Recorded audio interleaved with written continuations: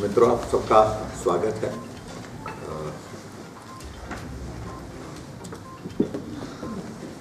मैं पिछले कल से चंबा के प्रवास में हूँ जिले में, और यहाँ पहुँचने के पश्चात मैंने ऐसा अनुभव किया, क्योंकि आप लोग बहुत दूर रहते हैं तो आप लोगों से रोज़ाना मिलना होता नहीं है, कभी कभार मिलना होता है जब चंबा आना होता है। तो ऐसी परिस्थिति में एक अनौपचारिक सी बातचीत के लिए थोड़ा आप लोगों के साथ कुछ पल हम गुजारे हैं, उस दृष्टि से मैं आपके बीच में उपस्थित हूँ। मुझे इस बात की प्रसन्नता है कि हिमाचल प्रदेश में सरकार बनने के पश्चात हमारी सरकार का 3 वर्ष का कार्यकाल 27 दिसंबर को पूरा हो रहा है। पहली साल का हमारा कार्यकाल पूरा होने पर हमने एक बहुत बड़ा कार्यक्रम धर्मशाला में लाभार्थी सम्मेलन के रूप में किया, जिसमें देश के प्रधानमंत्री नरेंद्र मोदी, इनके पहली साल के कार्यकाल पूरा होने पर नरेंद्र मोदी जी उस कार्यक्रम में आए थे धर्मशाला में। दूसरा कार्यक्रम 2 साल का जब हमारा पूरा हुआ,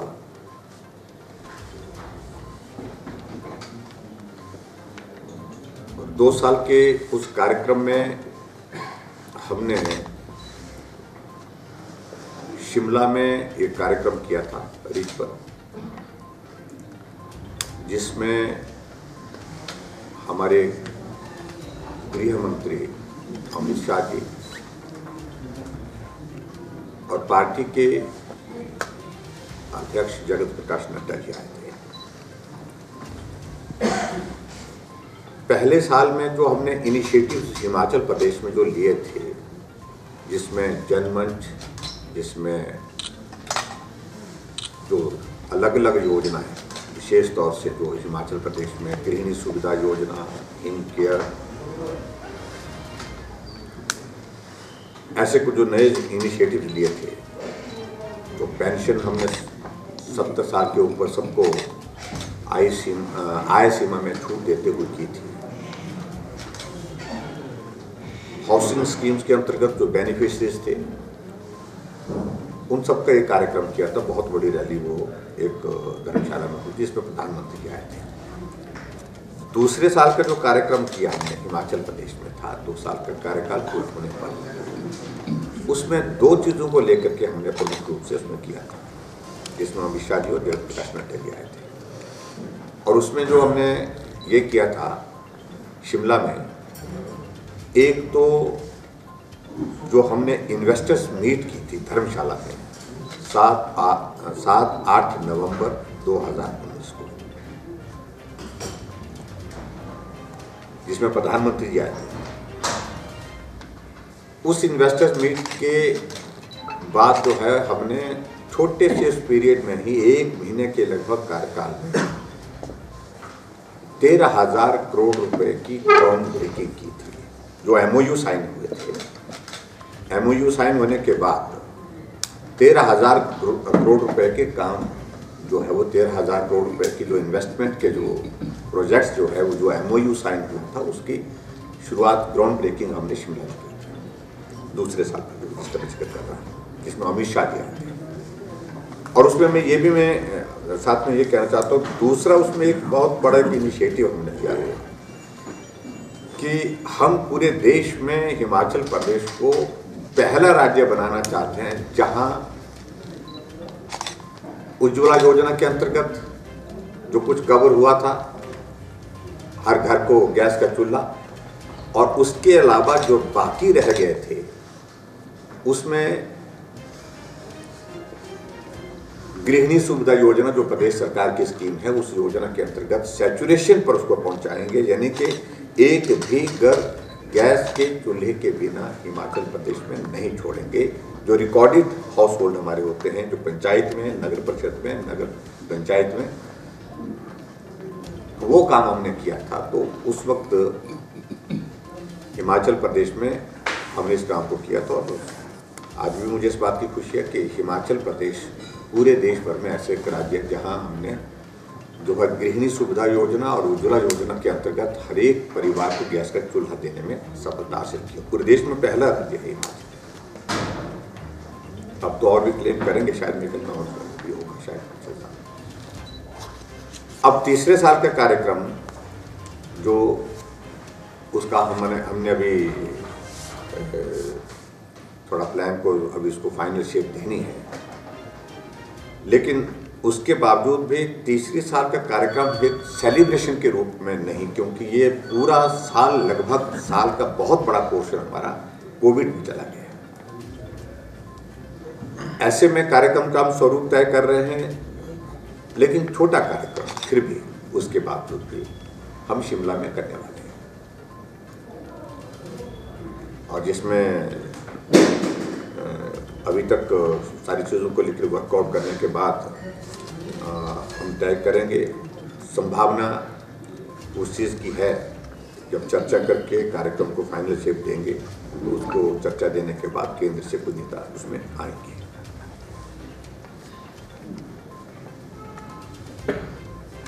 अभी जो मैं पर्टिकुलरली अभी इस कोरोना से संबंधित थोड़ा सा मैं जिक्र जरूर करना चाहूँगा कि हिमाचल प्रदेश में जब हमारा बजट सत्र चल रहा था, 2020 का, जो 2021 का बजट चल रहा था, उस बीच में कोरोना का प्रवेश हिमाचल प्रदेश में हुआ। पहले एक व्यक्ति कोरोना पॉजिटिव आया था, वो जो है वो तिब्बतीन मूल का था, धर्मशाला में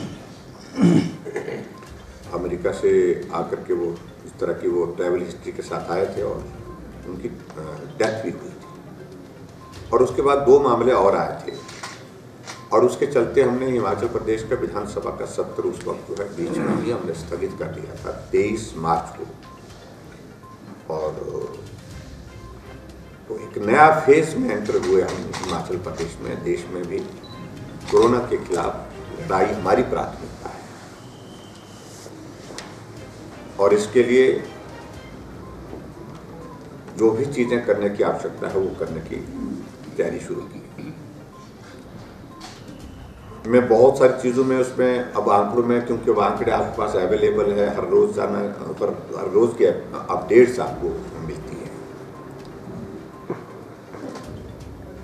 लेकिन ये एक अलग तरह की परिस्थिति थी, जिस परिस्थिति की कल्पना मनुष्य ने किसी भी स्तर पर नहीं की थी। लेकिन फिर भी मैं इस बात को मैं कह सकता हूँ, दावे के साथ कह सकता हूँ कि हिमाचल प्रदेश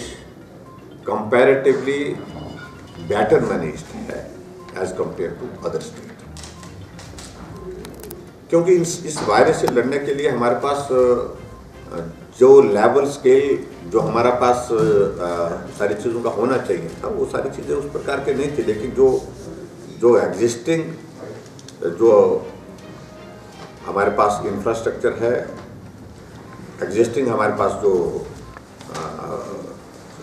सुविधाएं हैं, साधन हैं, उसमें जो बेहतर किया जा सकता है वो हमने करने की कोशिश की। इस बीच में हमारा जब लॉकडाउन के दौरान लोगों के साथ हमारा आना जाना बाधित हो गया, फिर भी हमारा संवाद बना रहे, लोगों के साथ हमारी बातचीत होती रहे, उस दृष्टि से हमने हिमाचल प्रदेश में टेक्नोलॉजी का भरपूर इस्तेमाल किया। और टेक्नोलॉजी का इस्तेमाल करते हुए लगभग जो डिप्टी कमिश्नर और एसपी के साथ जो और सीएमओ और उसके बाद मेडिकल सुपरिटेंडेंट्स और उसके बाद हमारे जो डॉक्टर जो लगे थे, उनके साथ इंटरेक्शन हमारा बहुत ज़रूरी था। और सारे महत्वपूर्ण विषयों पर जो हम चर्चा करते थे, निर्णय करते थे, तो 36 वीडियो कॉन्फ्रेंसेज हमने डिप्टी कमिश्नर और एसपी के साथ, उसके साथ प्रदेश के लोगों के बीच में हम काम करते रहे। तो उस दृष्टि से हमने लगभग 38 जो है वो वर्चुअल रैलीज की है। वर्चुअल रैलीज यानी कि कहीं किसी विधानसभा क्षेत्र में शिलान्यास के कार्यक्रम है, उद्घाटन के कार्यक्रम है, ताकि काम भी गति पकड़ता रहे, काम भी चलता रहे उस दृष्टि से। और उसके साथ हमारे जो है वो पर्टिकुलरली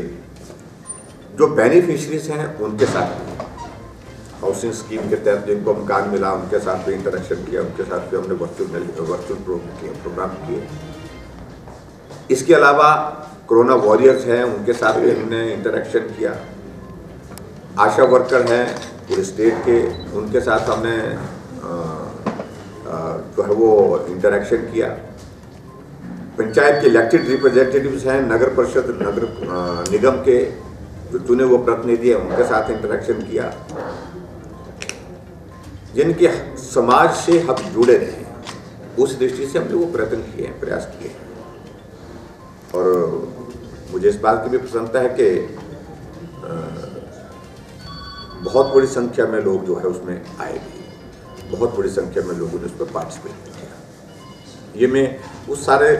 क्योंकि एक गैप था जिसके कारण जो है वो हमारा आपस में इस तरह से मीडिया में उन सारी चीज़ों को आना था, वो सारी चीज़ें उस रूप में नहीं आई। लेकिन उसके बावजूद मैं इस बात का मैं जिक्र कर रहा हूँ कि हमने मैकेनिज्म कैसे डेवलप किया वो सारी चीज़ के लिए। तो उस दौरान की ये सारी चीज़ें उस पर रही हैं। अब जो वर्तमान में मैं इस बात को कह सकता हूँ कि जहाँ तक कोरोना की सिचुएशन है, अभी हाल ही में हम पिछले कुछ अरसे से जब से अनलॉक फेज चले हैं हमारे, और मामलों में बढ़ोतरी हुई है। मैंने कल भी जिस प्रकार से कहा, लगभग 2.5 लाख लोगों को हम हिमाचल प्रदेश में जो दूसरे प्रांतों में फंसे होते हिमाचल के रहने वाले, उनको लाने में हम सफल हुए हैं, लाए हैं। और उसके साथ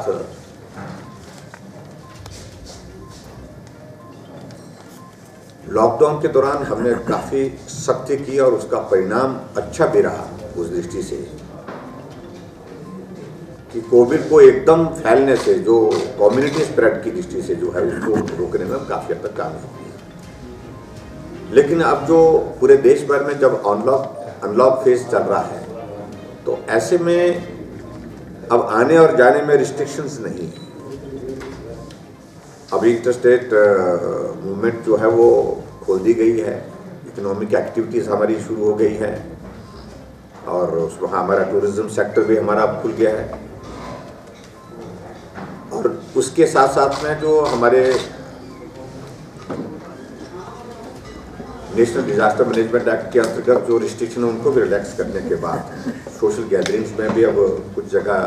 जो है वो सोशल डिस्टेंसिंग के साथ जो है वो परमिशन होने के कारण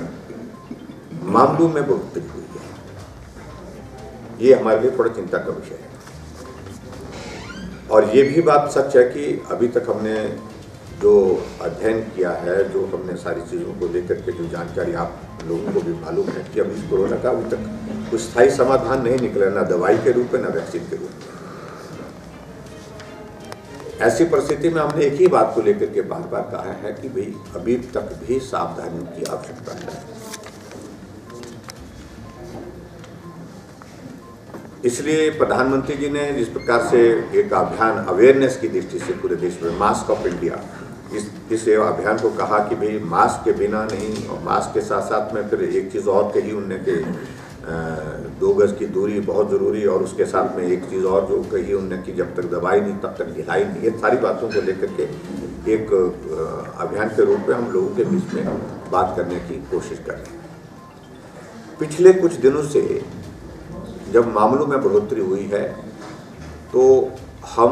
इस सारी चीज़ को मॉनिटर कर रहे हैं। उसमें हिमाचल प्रदेश में विशेष तौर से मैं ज़रूर कहना चाहता हूँ कि हमने नंबर जो है वो टेस्टिंग का वो ऑलमोस्ट डबल किया है। That is also one of the reason जिसके कारण जो है ये जो ऐसे अनडिटेक्टेड अनट्रेस्ड जो है वो अननोटिस्ड जो केसेस इस तरह के थे चाहे वो सिम्टोमेटिक है चाहे एसिम्टोमेटिक है, लेकिन उसके बावजूद भी वो पॉजिटिव थे, तो उन सबको डिटेक्ट करने का हमने एक अभियान चले ताकि हम एक सैचुरेशन पर जल्दी से जल्दी हम ज़्यादा से ज़्यादा लोगों को जो है वो टेस्ट करके जो है कहीं अगर समाज के बीच में अगर हैं तो उनको जो है वो प्रॉपरली आइडेंटिफाई कर लें। होम आइसोलेशन में अब उनको अपना ट्रीटमेंट करना है या गवर्नमेंट जो में हमारी जो व्यवस्था है उसमें करना है, तो वो सारी चीज़ को लेकर के हम काम कर रहे हैं।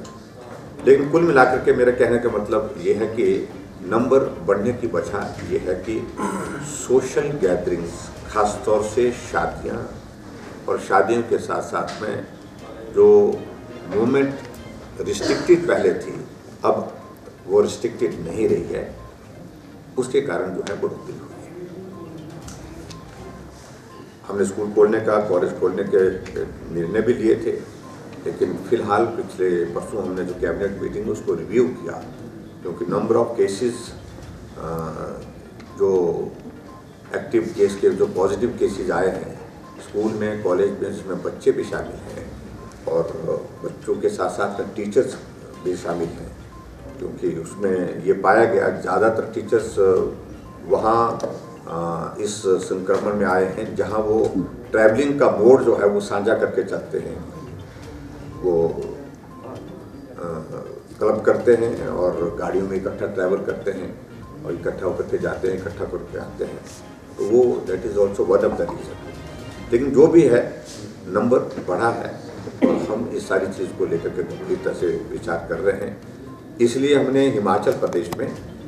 जो एग्जिस्टिंग इंफ्रास्ट्रक्चर हमारे पास है, हम कल का चंबा का भी ले रहे थे, यहाँ पर भी जो हमारे पास ट्रीटमेंट के लिए जो नंबर हमारे पास जिसको हम मैनेज कर सकते हैं वो नंबर लगभग जो है वो सैचुरेट मतलब उस पर आ गया है, वो अपने एक पॉइंट पर आ गया है। इसके बाद फिर हमको अगला मैनेजमेंट हमको तय करना है। कल हमने यहाँ चंबा में भी रात को बातचीत करके जो हमारे मेडिकल डिपार्टमेंट के जो लोग आए थे उनके साथ प्रिंसिपल के साथ साथ में और भी डिप्टी कमिश्नर के साथ, एसपी के साथ हमने बातचीत की। एकदम इमीडिएटली जो है यहाँ पर भी कैपेसिटी हम कैसे इन्हांस कर सकें, बढ़ा सकें,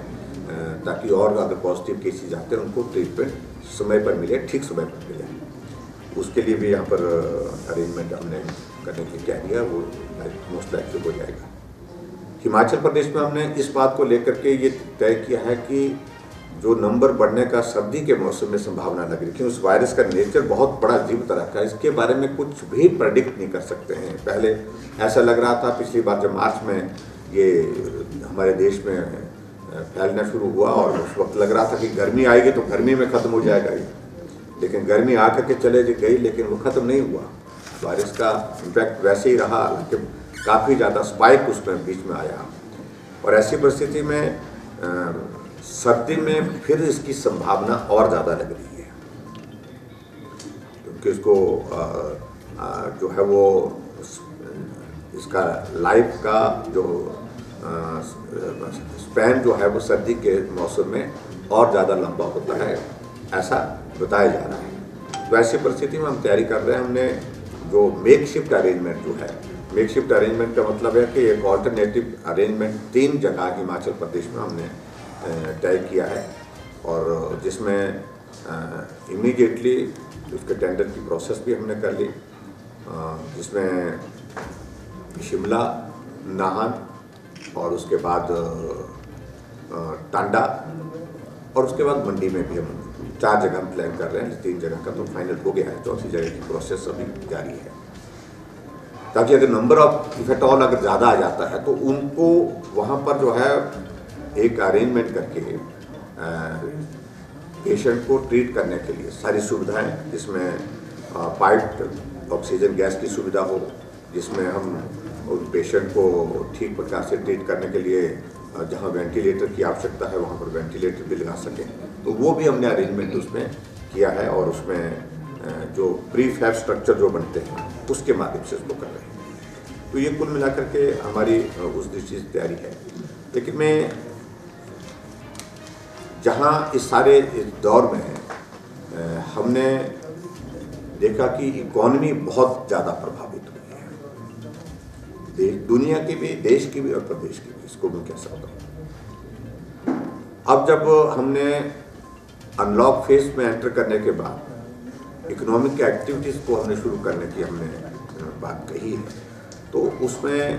चाहे जैसे पब्लिक ट्रांसपोर्ट शुरू हो गई, हमारी शॉप्स शुरू हो गई, हमारे टूरिज्म का सेक्टर हमने शुरू कर दिया, हमारी डेवलपमेंटल एक्टिविटी जो चल रही हैं उनको भी तेज़ गति से बढ़ाने के लिए हमने शुरुआत कर दी। तो उन सारी चीज़ों को एक करने के बाद हम काफ़ी हद तक जो है वो आने के लिए, उस स्थिति में आने के लिए कि भाई नॉर्मल एक्टिविटीज़ दिखे, इकोनॉमिक एक्टिविटी के कारण हमारी इकोनॉमी प्रभावित हुई है, उसको नॉर्मलसी पर कैसे ला सकते, उसको उस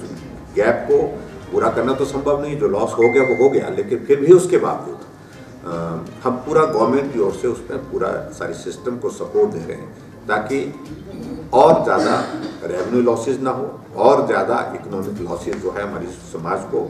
हमारे बिजनेस सेक्टर को, हर आदमी की लाइफ में जो काम करते हैं उसमें ना हो। उस दृष्टि से हम एक प्रयत्न कर रहे हैं और मैं उम्मीद करता हूँ कि उसमें सारी चीज़ों को लेकर के हम काफ़ी हद तक ठीक हो,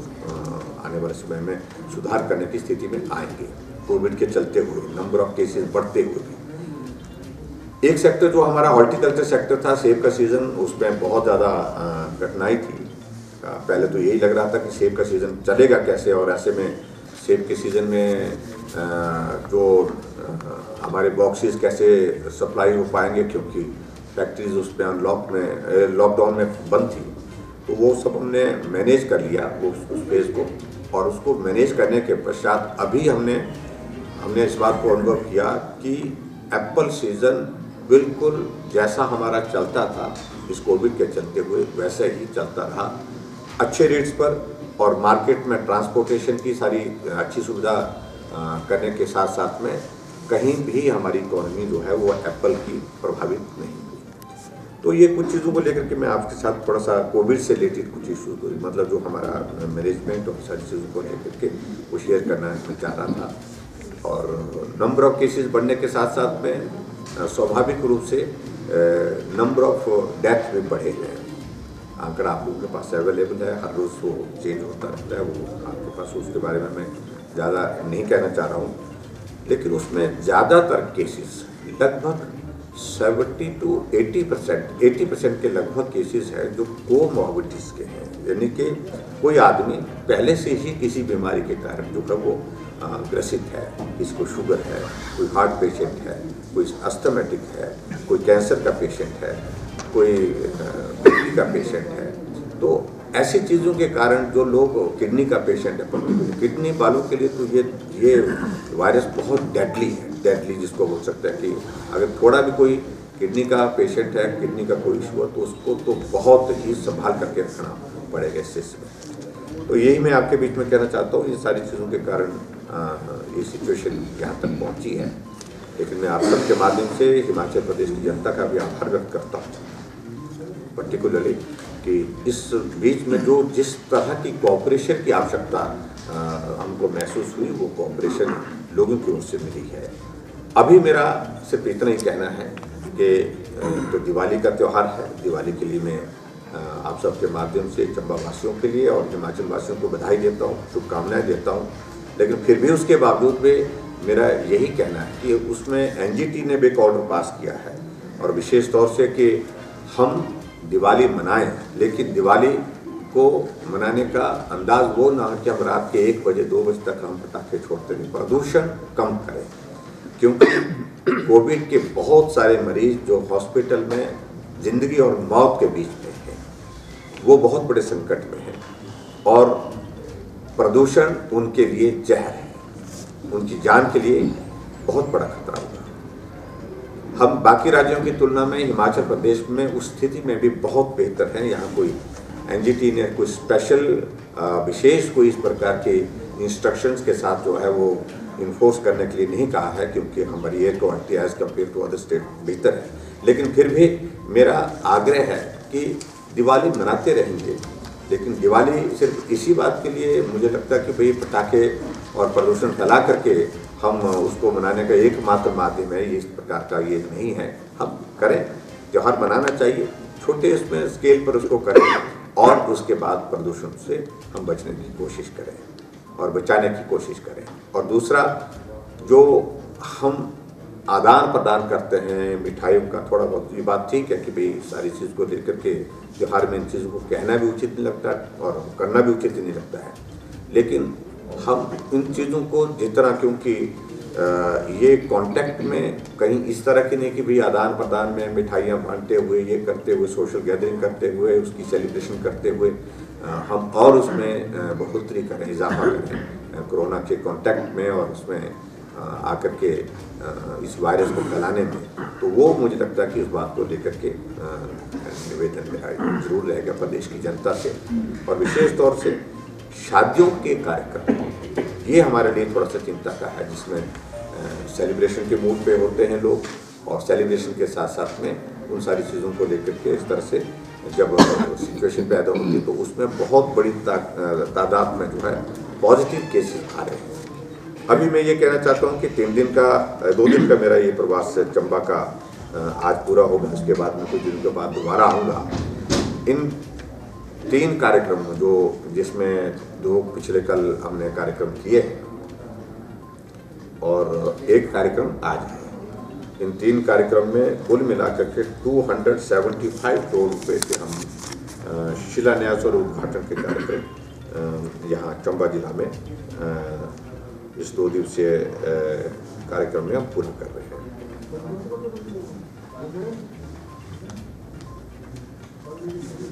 और जिसकी डिटेल अगर आपको चाहिए होगी तो उसकी डिटेल भी आप सबको उपलब्ध करा दी जाएगी डिस्ट्रिक्ट एडमिनिस्ट्रेशन की ओर से तीनों विधानसभा क्षेत्र की।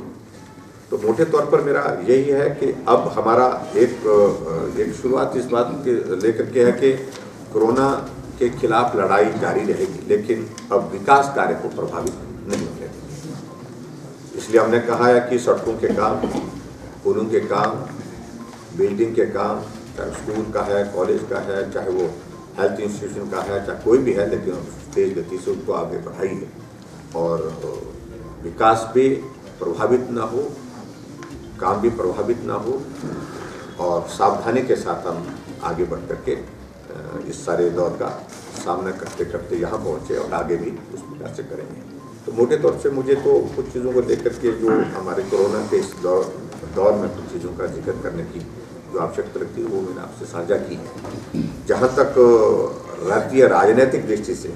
मैं समझता हूँ कि अभी ये फेज नहीं है बहुत चीज़ों को लेकर के कहने का। हमने हिमाचल प्रदेश में बहुत, क्योंकि ये देवभूमि है, सहजता, सरलता, उपलब्धता, सहज रूप से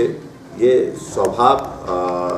सब लोगों का भी है और इसी का अनुरूप हमको भी करना है। इसलिए हम राजनीति में बहुत ज़्यादा उछल कूद नहीं करते हैं। आप लोगों ने देखा भी, हम बहुत ठीक तरह से कोशिश करते हैं जो हमारी यहाँ की संस्कृति है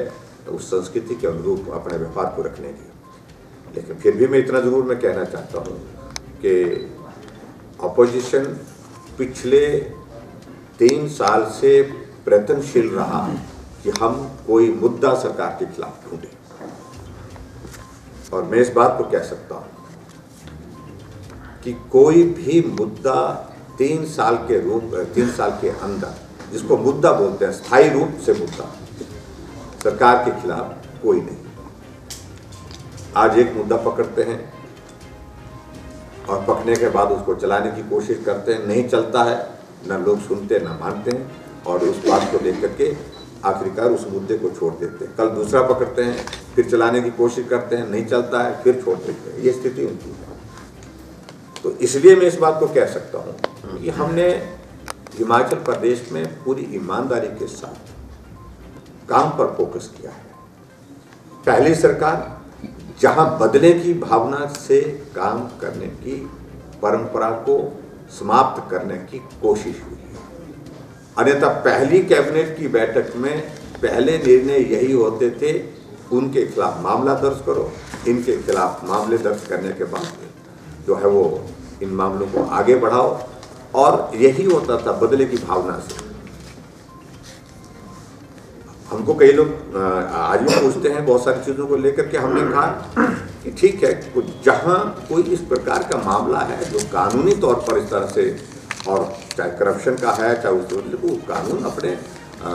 अपना रास्ता लेगा उसमें। लेकिन बदले की राजनीतिक प्रतिशोध की भावना से कोई भी एक भी इंसिडेंट जो है हिमाचल प्रदेश में इस तरह से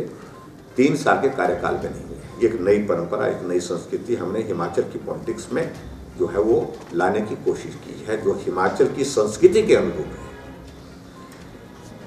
जहां पूरा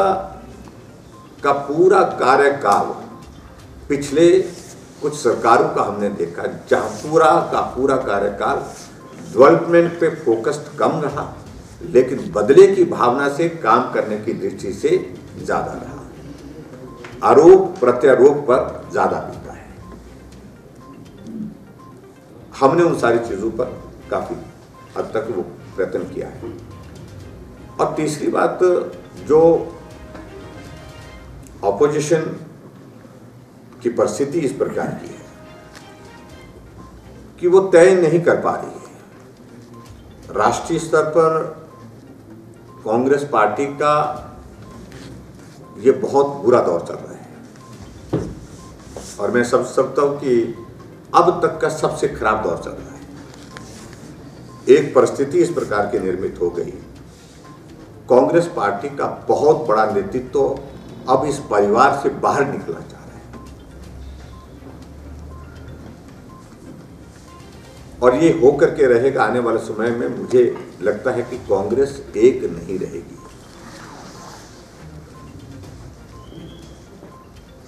वही परिस्थिति हमारे प्रदेश में है। लंबा दौर कांग्रेस पार्टी में एक एस्टैब्लिश्ड लीडरशिप के साथ चलते हुए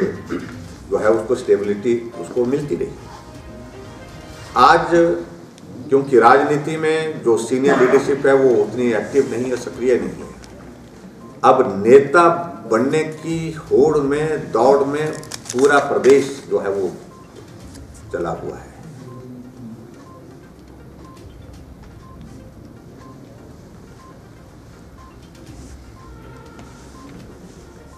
और हम देख रहे हैं कि लगभग 1 डजन के लगभग तो इनके ऐसे लोग हो गए हैं जो अपने आप को ऐसा मान करके चल रहे हैं कि वो अपने आप को मुख्यमंत्री का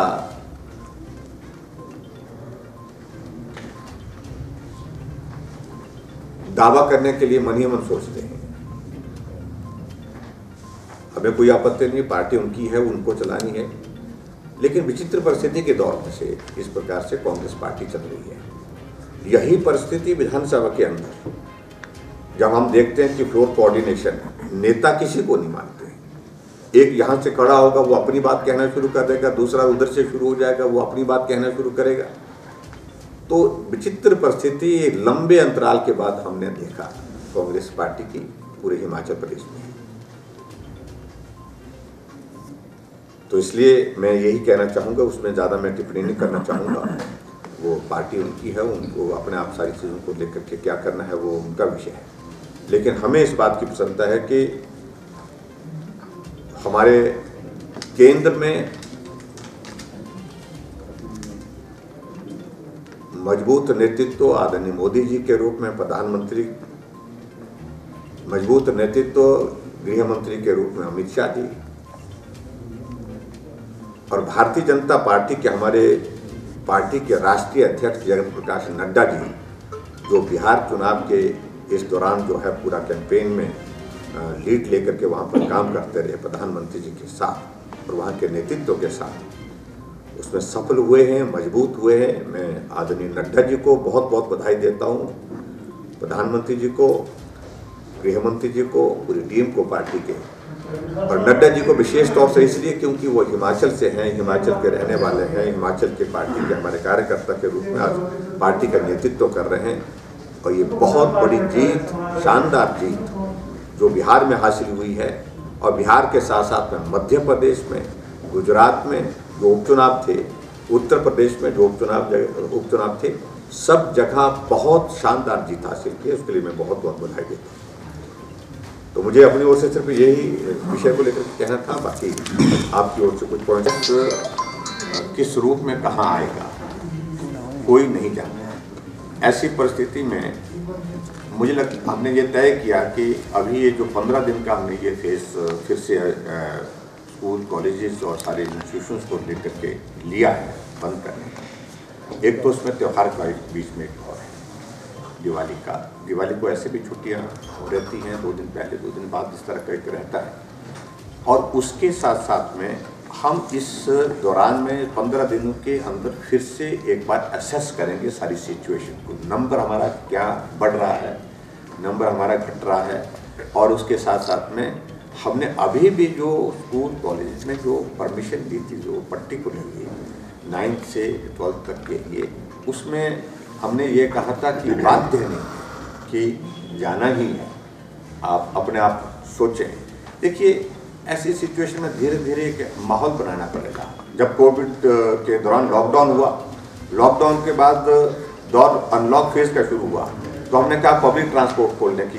हम इजाज़त देते हैं। हमने कहा इकोनॉमिक एक्टिविटी, दुकानें खोलने के लिए, ढाबा खोलने के लिए, चाय की दुकान खोलने के लिए हम इजाज़त देते हैं। लेकिन धीरे धीरे शुरू में ऑक्यूपेंसी बसों में 5% आई, और उसके बाद 15 दिन 20 दिन लगे तो 10% हुई। अब आज देखिए, हम देख रहे हैं कि अब ऑक्यूपेंसी 40% 50% तक आई है। अभी भी हम मानते हैं पूरी नहीं है, तो हमको ग्रेजुअली सारी चीज़ों को अध्ययन करते करते और समझते आगे बढ़ना है। और उसी तरह से मुझे लगता है कि 15 दिन का ये वक्त जो हमारे लिए समझने के लिए भी होगा, और हमको थोड़ा एनालाइज करने के लिए भी होगा, असेस करने के लिए भी होगा कि सिचुएशन क्या बनती है, उसके बाद अगला निर्णय लेंगे। सर, बसें 100% पैसेंजर लेके चलती है, क्या इससे कोरोना का फैलने का? मैं मानता हूँ इसमें। देखिए, हमने अभी तक जो इंस्ट्रक्शंस की हैं, हमने यही कहा कि बसों में कैपेसिटी को लेकर के हमने ये नहीं कहा कि इतने सवारी ले जाओ। हमने कहा है कि सोशल डिस्टेंसिंग इज पैरामीटर, जो पैरामीटर है वो सोशल डिस्टेंसिंग है। बस अगर 40 सीटर है तो 40 सीटर में सोशल डिस्टेंसिंग, जहां हम 3 लोग बैठते थे वहाँ 2 लोग बैठे, ऐसे मेंटेन करने की कोशिश करें। ऐसा हमने प्रयत्न किया है, लेकिन फिर भी उसके बावजूद भी कुछ जगह इस बात को लेकर के ये भी बात आगे ध्यान में आई है कि कुछ जगह वो सोशल डिस्टेंसिंग जिस रूप में मेंटेन करने की आवश्यकता लग रही है, कुछ जगह मेंटेन हो रही है, कुछ जगह नहीं भी हो पा रही, कुछ जगह कुछ एक रूट्स में। अब उन चीज़ों को लेकर के मैंने HRTC के सारे अधिकारियों को बोला है, ट्रांसपोर्ट डिपार्टमेंट को भी बोला है कि वो एनालाइज करें कि ऐसे लोडेड जो रूट है जहाँ बसों, वहाँ क्या हम, जहाँ हमारे पास लोड कम है वहाँ का लोड ट्रांसफ़र करके उन जगह कुछ वक्त के लिए इस प्रकार के ट्रांसपोर्टेशन की हम व्यवस्था दे सकते हैं, जहाँ बसें ओवरलोड होकर के जो है वो सोशल डिस्टेंसिंग को मेंटेन नहीं कर पाती हैं। उस सारी चीज़ को हम कर सकते हैं, तो उसको भी एग्जामिन कर रहे हैं। सर, स्कूल और कॉलेजेस की तो बात ठीक है, आपने जिस तरह से बंद कर दी, इसमें एक बहुत महत्वपूर्ण है सर, जो MBBS के स्टूडेंट्स हैं, हाँ जी, उनकी ऑनलाइन स्टडी नहीं हो सकती है, ऑनलाइन प्रैक्टिकल्स नहीं हो सकती हैं, तो उसके लिए कोई सरकार ऐसा विचार कर रही है कि उनकी कक्षाएं शुरू कर दी जाएं, क्योंकि एक बेहतर डॉक्टर बनाने के लिए उसे प्रैक्टिकल भी करना पड़ेगा, तो इसके लिए कोई? ये बहुत कठिन काम है। मैं तो सारी चीज़ को बड़ा नज़दीकी से देखता हूँ, क्योंकि मेरे तो घर में ही बेटी है और वो भी सारी चीज़ को ऑनलाइन वो भी महसूस करती हैं। आपस में जब हम देखते हैं कि जो प्रैक्टिकल जिस तरह से उनका होना है, तो उसमें कठिनाई तो आ रही है, लेकिन ऐसी सिचुएशन में हम देख रहे हैं कि इस वक्त हमारे पास कोई रास्ता नहीं निकल पा रहा है। बैठक की हमने सभी डिपार्टमेंट के अधिकारियों के साथ, एजुकेशन और हेल्थ डिपार्टमेंट के, और पर्टिकुलरली मेडिकल कॉलेजेस के लिए हमने इस बात को लेकर के प्लान किया है कि अगर वहाँ पर क्लासरूम में शिफ्टों में अगर प्लान हो सकता है आने वाले समय में, कि अलग अलग उसमें वो हम बना करके शिफ्टों में अगर हम उसमें उसको प्लान करें ताकि सोशल डिस्टेंसिंग मेंटेन करने की परिस्थिति वहाँ पर हो सके, तो उस बात पर विचार चल रहा है। लेकिन अभी तक हमारे प्रदेश के अलावा दूसरे प्रदेशों की स्थिति भी ऐसी है कि अभी तक जो है ऑनलाइन पर ही चल रही है। सर, यह hospital, district hospital top floor पर एक कोविड के लिए बेड बना रखे हैं सर, उससे दिक्कत सबसे बड़ी है, उसमें ज़्यादा फैलने का खतरा है, क्योंकि वहीं पर दूसरे मरीज भी हैं और वहीं पर जो है कोविड वाले भी हैं, तो थोड़ा सा ये सारी चीज़ को लेकर के कल हमने डिस्कस किया है। हम देख रहे हैं कि और जगह कुछ अरेंजमेंट का इस प्रकार से अगर होता है, अगर थोड़ा सा कुछ दिनों के बाद अगर अनुभव किया कि अगर ये नंबर तेजी से इस प्रकार से बढ़ता रहा तो नेचुरली हमको और अरेंजमेंट पर विचार करना ही पड़ेगा। बाकी जगह भी जैसे हम कर रहे हैं तो चंबा में भी करना पड़ेगा। चंबा में भी आपके जो काफ़ी सैचुरेशन पॉइंट पर आ गया है ये सारा हमारा बादू में था सर वहाँ पर अगर उसकी कैपेसिटी बढ़ाई आती तो ये सारी चीज़ को सुझाव दे रखा है, बात करेंगे। कल बातचीत हुई है, वैसे हमने बोल दिया है कैसे बढ़ाई जा सकती है, उस सारी चीज़ को लेकर के थोड़ा सा वर्कआउट किया है। सर पिछली बार आप जब चंबा आए थे तो आपने एक चंबा के लोगों के साथ प्रॉमिस किया था कि चंबा के हॉस्पिटल में महीने में 15 दिन हार्ट स्पेशलिस्ट की सुविधा मिलेगी, लेकिन आज 1 साल हो गया सर, अभी तक एक दिन भी यहाँ वो वाली सुविधा नहीं मिली। देखिए मैं एक चीज़ को बताऊँ आपको, ये जो पूरा 1 साल जो है हमारी जिस प्रकार से इस कोविड में सारे जो प्लान जो है हमारे शिफ्ट हो गए, ये हमारी ही नहीं पूरी दुनिया की परिस्थिति है। बहुत सारे प्लान्स, बहुत सारी स्कीम जो हमने सोची थी, जिनको हमने प्लान किया था, बजट प्रोविज़न के साथ किया था, टाइम फेज के साथ किया था, वो सारी चीज़ें प्रभावित हुई है। द ओनली रीज़न इसके कारण आपको तौर में कि भाई एक सिचुएशन बनी है, लेकिन फिर भी उसके बावजूद जैसी चीज़ों में सुधार होता है उस दिशा में आगे बढ़ेंगे, क्योंकि उसके कारण बहुत ज़्यादा, क्योंकि ये प्रायोरिटी नंबर 1 बन गया। कोविड को मैनेज करना, आदमी की ज़िंदगी को बचाना है, ये प्राथमिकता हो गई और उस प्राथमिकता के आधार पर सारी चीज़ें जो है हमारी प्रभावित हुई है। देखिए हम इस बात को कह सकते हैं, जो हमने प्लान किया था कि हमारा जो है वो पिछली जो गर्मी में जो हमने टायरिंग के लिए प्लान पूरे प्रदेश भर में सड़कों का किया था, सड़कों को मेंटेन करने का किया था, लॉकडाउन लग गया, न लेबर मिली न काम शुरू हुआ, पूरा का पूरा साल का जो हमारा वर्किंग सीजन जो है वो प्रभावित हुआ। हमारे बिल्डिंग इंफ्रास्ट्रक्चर को लेकर के चाहे हेल्थ की है, चाहे एजुकेशन की है, चाहे किसी दूसरे डिपार्टमेंट की है, उसके लिए जो हमने प्लान किया था कि इतने पीरियड के अंदर की ये बिल्डिंग बन करके तैयार होनी चाहिए, लोगों के लिए समर्पित होनी चाहिए, लोगों की सेवा के लिए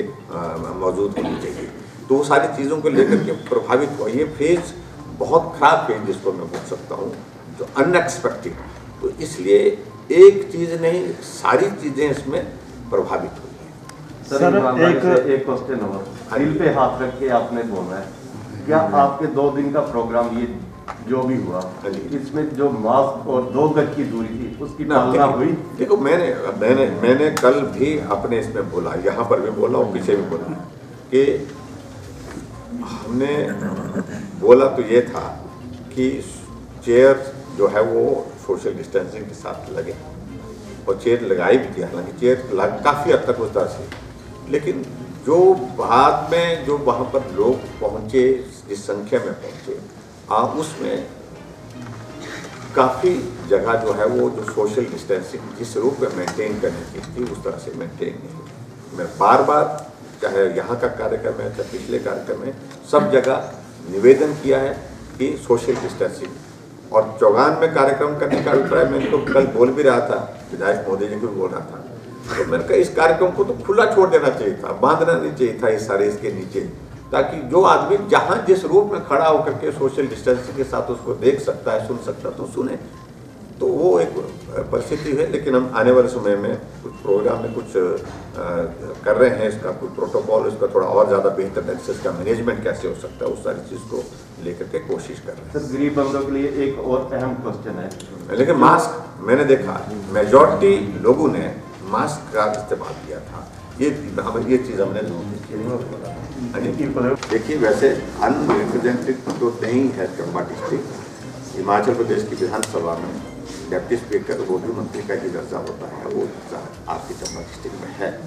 लेकिन फिर भी उसके बावजूद भी आप लोगों ने जो बात कही है, इन सारी चीज़ों में एक आपको कॉन्स्टिट्यूशनल एक बाइंडिंग है, 12 बना सकते थे वो बने हैं, तो ऐसी चीज़ों को लेकर के हम काम में कमी ना छोड़ें, ये मुझे लगता है कि प्राथमिकता का विषय होना चाहिए, वो हम कर रहे हैं। पिछड़ेपन की प्राथमिकता मिलनी चाहिए सर,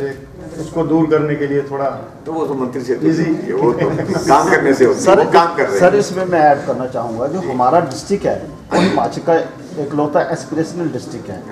और जो ये कमेटी बनी है उसके हेड जो है वो चीफ सेक्रेटरी है, लेकिन जिस डिस्ट्रिक्ट को एस्पिरेशनल डिक्लेयर किया गया है उसके हेड कभी भी जिला में आके मीटिंग ही नहीं करते हैं सर।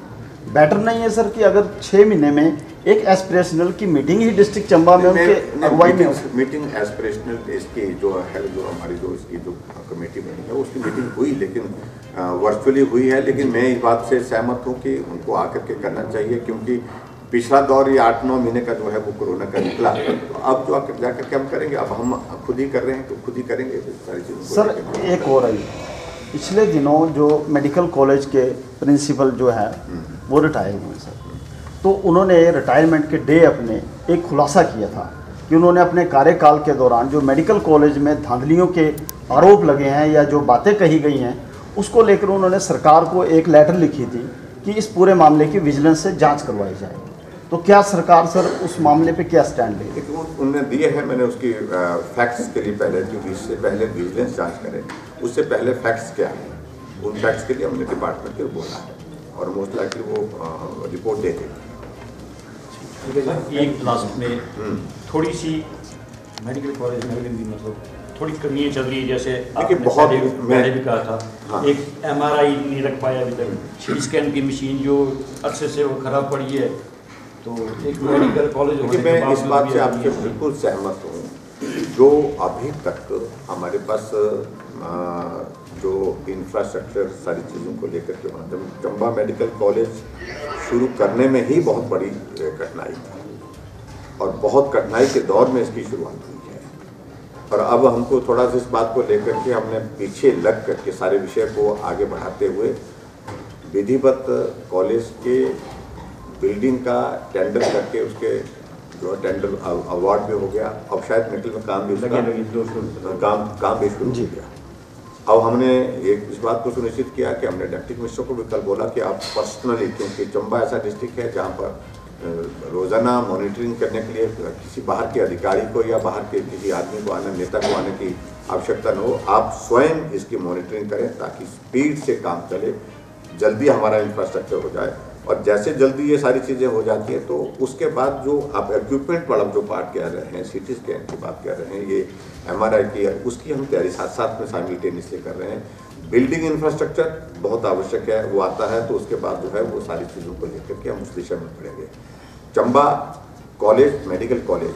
अपने आप में बहुत संकट के दौर में से गुजरा है, स्टाफिंग के हिसाब से भी